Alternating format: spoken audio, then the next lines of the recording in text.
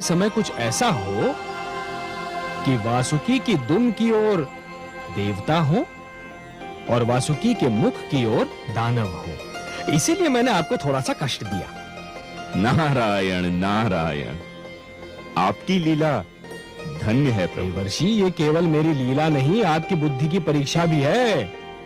वासुकी के मुख की ओर दानव और दुम की ओर देवता। बस ये समझिए कि आपकी क्षमता की परीक्षा है ये।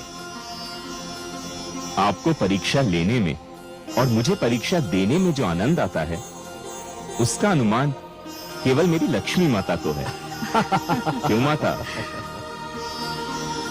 नारायण नारायण।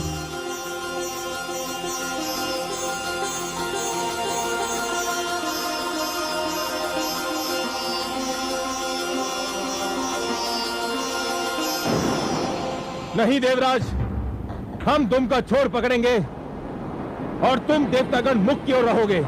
ये नहीं हो सकता। दानव पक्ष वासुकी के मुख का छोर पकड़ेगा और हम दुम की ओर रहेंगे। दानवराज ने जो कह दिया वही होगा। हमारे देवराज के निर्णय भी कोई नहीं बदल सकता। तो फिर समझ लो, संधि समाप्त हो गई और समझौता भी टूट गया। नारायण नारायण। आइए देवर्षि, स्वागत है।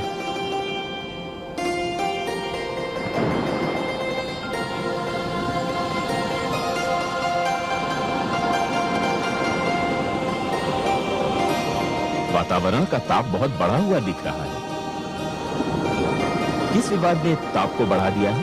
देवर्षि, आप ही निर्णय कीजिए। हमारा कहना है कि दानव वासुकी के मुख का छोर पकड़ेंगे और देवता दुम का छोर, पर ये दानव मान ही नहीं रहे हैं। हे देवर्षि, समझौते का प्रस्ताव देवराज लेकर आए थे, हमने मान लिया। अब हम प्रस्ताव रख रहे हैं तो देवराज क्यों नहीं मानते? उचित है, सर्वथा उचित है।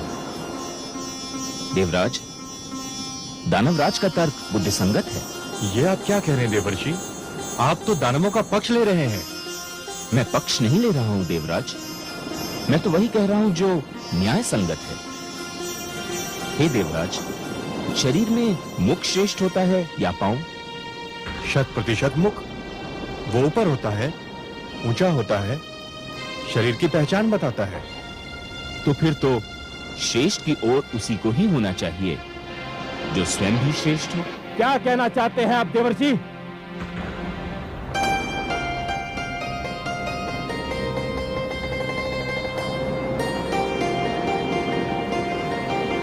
मैं ये कहना चाह रहा हूं दानवराज कि जिस प्रकार शरीर में मुख श्रेष्ठ होता है, उसी प्रकार सृष्टि में देवता श्रेष्ठ हैं। इसलिए वासुकी के मुख की ओर तो देवताओं को ही होना चाहिए। आप हमारा अपमान कर रहे हैं देवर्षि।